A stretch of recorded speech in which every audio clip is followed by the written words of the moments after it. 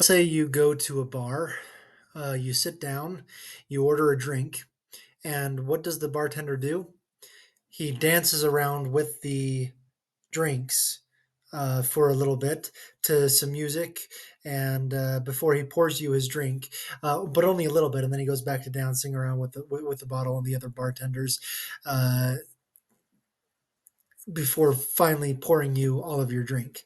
What do you do in that situation? Uh, Thanks for joining me in Scotty Movies again. We're going to be talking about a movie that, uh, excuse me, uh, asks the question essentially that what if bartending was basically a rock concert, and success came with just the right smirk and a flashy pour. Uh, if it was me, if I'm sitting down in a bar, I don't want to watch a show going on with the bartenders thinking that they're cooler than they really are. They're dancing around and they think that they've been hired to do something more than just pour your drink, because that's what they're supposed to do. They're not getting my tip if they're dancing around, and I'm not going to be clapping there for them and cheering for them. I'm probably going to say, "Hey, I ordered a drink. Can you just pour my drink, please? You can talk to me, but I don't want to see your show. I don't want to see your dancing show here." So that's what Cocktail is about, the movie. uh, and that's really boiling it down a lot more than it's really about. But so let's give a synopsis what Cocktail's about, and uh, then start reviewing this. It follows Brian Flanagan, played by Tom Cruise, mid megastar ascent, as a young guy fresh out of the military trying to make it big in New York. He starts off aiming for a business degree, but quickly finds more instant gratification from pouring drinks as a bartender, thanks to his flair, his charm, and his uncanny ability to throw bottles into the air without breaking anyone or anything. He teams up with seasoned bar veteran Doug Coughlin, played by Brian Brown, and together they become this flair bartending dynamic duo. But as the drinks keep flowing, Brian gets caught up in the glamorous, often sleazy world of nightlife, women, chasing the dream, whatever that dream actually is. It's got romance, betrayal, drinks on fire, a whole lot of wait, are we supposed to be rooting for this action going on? So, if you can tell, I've already kind of given away a little bit of what I think about this movie. But let's talk about the good things first. Let's talk about the style, because Cocktail hits and nails the style the way that it is.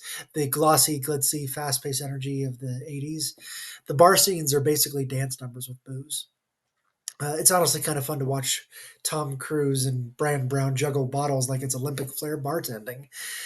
But that's kind of all the movie has going for it. The movie wants to be a mix of Wall Street and Flashdance. It ends up feeling more like a motivational poster in a dive bar bathroom. It's shallow. It's like we're doing shots off a jukebox. Shallow. It hints at deeper themes. As I mentioned, there's betrayal between the two main characters. There's ambition. There's disillusionment. There's mentorship gone wrong. Uh, there's learning to grow up and go into adulthood, whatever that really means. But it doesn't really go there. It just kind of mentions the themes on a surface level and then doesn't really go there anymore. The movie's core message is this: you don't need education to go where you want to go. All you need is just to schmooze with the rich and look good while doing it, and success will fall into your lap. Yikes.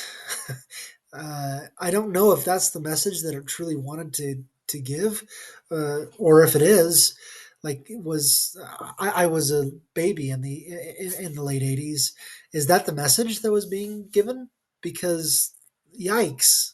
I mean, it's not just dated; it's dangerously naive.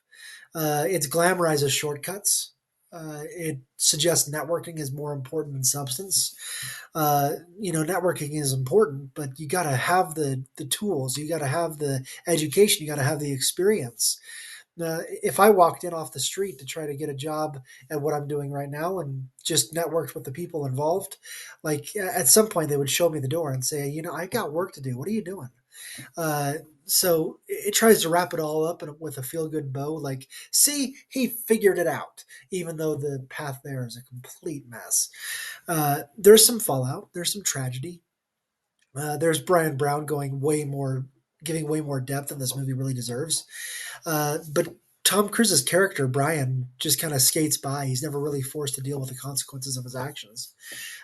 He gets the girl. He gets the bar. He gets the future that he wants, like he's earned it instead of just vibed into it. Uh, I'm glossing over some parts of the movie where it tries to show these themes, like when he is. This is just another instance of the movie being what it doesn't want to be. But Tom Cruise is told by Brian Flanagan that he can get this girl in the bar uh, by by going over there and showing her some of the moves that he has, and so he does it, and he doesn't. And he gets the girl. You know, he gets to walk with the girl, and the actual girl he's interested in, uh, played by oh, who is it? Obviously, I don't remember. Is it Elizabeth Shue? I'm not sure that sounds right. You're seeing it on the screen. Once again, I'm not positive. I think it's Elizabeth Shue. Uh, but anyway, she sees Brian with this other girl, and he realizes that he was set up. Uh, and then he's trying to fix it with this girl over and over again. And of course, at some point, he's going to fix it because that's what the movie demands: is that Tom Cruise gets the girl. Uh, so let's talk about the two characters or the three characters really involved in this. Tom Cruise is, well, he's Tom Cruise. He's charismatic, he's charming, he's a little cocky. He makes Brian Flanagan watchable, even when the character makes zero sense. But emotionally, there's just not much there. He's what's written on the page doesn't make any sense at all. Uh, he's this guy that originally tries to go, is it law school or medical school? I can't remember which one.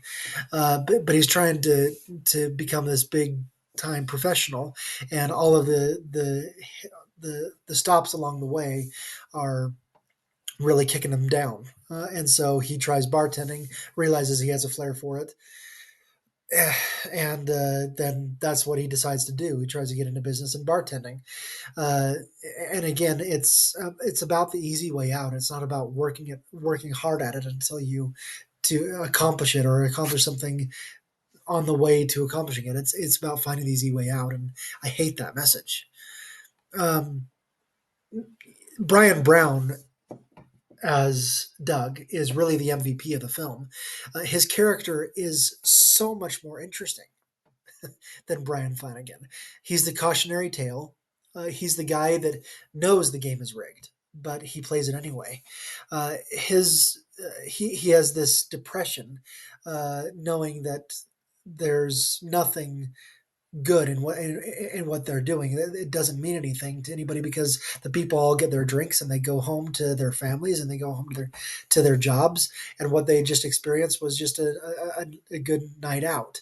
Uh, Doug gets all that. He's a cautionary tale of what this could mean, and he gives the movie a lot more depth than it really deserves. And honestly, he's the one that this story should be about. He's the character that I want to see the movie through. But obviously, the studio's not doing that. They have to have the big star Tom Cruise, the good looking young guy, even though his character is so much less interesting. Uh, but, at some point, you should have realized it as the filmmakers. You should have realized that Brian Brown's the character you want to show this movie through. And it's just a missed opportunity. In fact, missed opportunity doesn't even begin to cover it. Watching Cocktail now, it's clear that this movie was made for the 80s and never really intended to leave it. The fashion, the soundtrack, the overly romanticized nightlife, it's all so of its time. That's part of the charm, I guess, but it also makes it feel hollow today, especially when you realize there's not much else under the surface of the movie. It's a movie that thinks it has something to say, but mostly it just shouts "party" while sprinting past anything meaningful. So here's the deal. When talking about Cocktail, uh, summing everything up, it's not a great movie. It's not even a good movie. It's fun to look at times. It's got some undeniably entertaining moments, and it's probably playing on a bar somewhere right now. But beneath the glitz, it's kind of a moral mess. It fumbles every opportunity for depth and ultimately just feels hollow. It should have focused on a different character, but because the studio demanded that this is Tom Cruise's movie, they had to go through a less interesting story because studio interference or just running ahead with it, even though it's not working. Anyway, wrapping it all up and giving it a grade here, this movie is a solid D. It's not quite an F. I don't know what you'd have to do to get an F in my book. Uh, you know, I don't know if I'll ever give out an F because it's a movie, and almost every movie has something good in it. And this movie has a couple of those moments, and so not quite an F, but it's a D. It's for sure a D. So it's not unwatchable necessarily. It's not unforgettable. It's just floating somewhere in between, like a lemon twist and a martini that look better on the menu than it tastes. So, what do you think? Is Cocktail a guilty pleasure or is it just plain guilty? Have you seen it? Did you like it? The one thing I will say for it, it has a great song that you've heard many times. Everyone that's watching this, everyone who hasn't watched this has heard this song, "Kokomo" by the Beach Boys.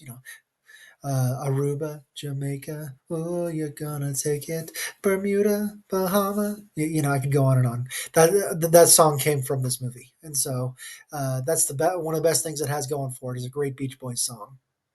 So uh, that's Cocktail. Not a great movie. Uh, a horrible message. Let me know what you think, and I will see you next time. Thanks, everyone.